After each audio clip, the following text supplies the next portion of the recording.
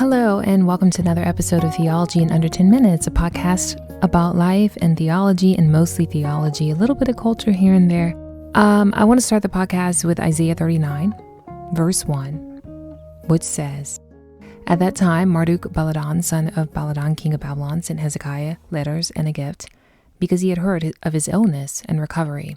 Now, before I go any further with Isaiah 39, I want to explain who Marduk-Baladan, son of Baladan, actually is. This king is named after the chief god of Babylon. He was essentially an idol. Marduk was considered the god of the heavens. At least that's who they thought he was. But when Hezekiah gets sick, something strange happens prior to his recovery. The real God of the heavens, the God of Isaac, Abraham, and Jacob, moves the sun backwards. Essentially, he reverses time for Hezekiah as a sign that he will recover. And of course, the people are like, what is happening? The sun moved backwards. Who moved the sky? And they learned that it was not Marduk who moved the sky. It was Hezekiah's God who was truly in control of the heavens, which gets the attention of the fake idol Marduk, who after discovering what happens goes straight to Hezekiah's door.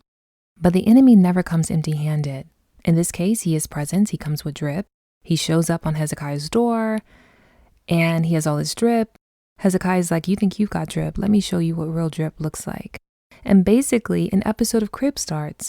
It says in verse 2, Hezekiah received envoys gladly and showed them what was in his storehouses, the silver, the gold, the spices, the fine olive oil, his entire armory, everything found among his treasures. There was nothing in his palace or in all his kingdom that Hezekiah did not show them. But when the prophet shows up at Hezekiah's door after Marduk leaves, in verse 3 through 7, it says, "Then Isaiah the prophet went to King Hezekiah and asked, 'What did those men say, and where did they come from?' 'From a distant land,' Hezekiah replied. 'They came to me from Babylon.' The prophet asked, 'What did they see in your palace?' 'They saw everything in my palace,' Hezekiah said.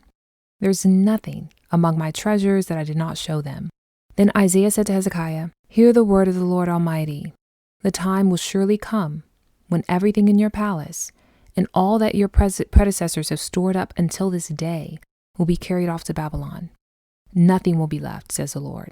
And some of your descendants, your own flesh and blood, who will be born to you, will be taken away, and they will become eunuchs in the palace of the king of Babylon.'"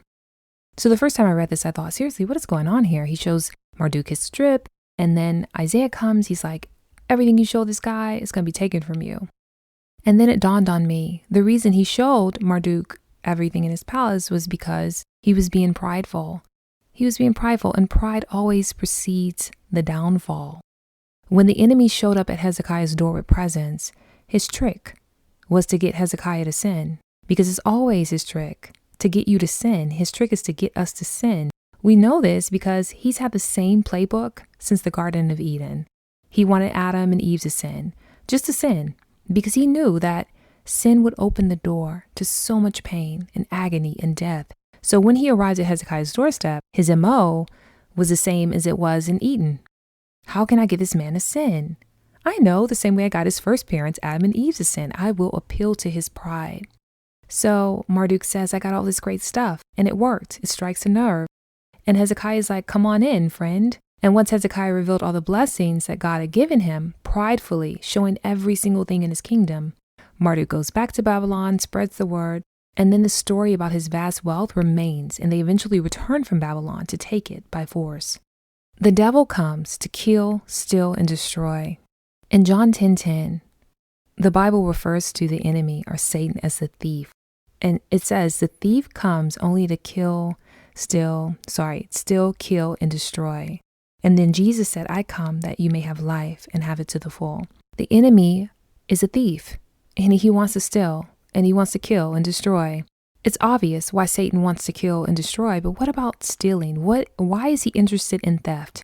He's interested in theft because nothing belongs to him. There is nothing in the heavens, nothing in the earth that belong to Satan. He has nothing at all. He's broke. The heavens belong to God. The earth is God's, the fullness thereof. Everything belongs to the Lord. And the things on earth, he's entrusted to mankind, to humanity to care for.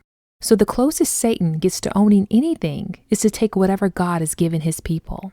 So when the enemy sees what Hezekiah has, his first thought is, I want this for myself. But it was Hezekiah's pride that opened the door to the theft. Pride is always a downfall. My prayer for you and myself is that God would give us a humble heart, that we will be delivered from any spirits of pride, and that the enemy will not be able to take the blessings of God from us through any open doors of sin. God bless you. Thank you for listening to this podcast. If this podcast is helping you, subscribe. Share it with someone you think might be helped by this message.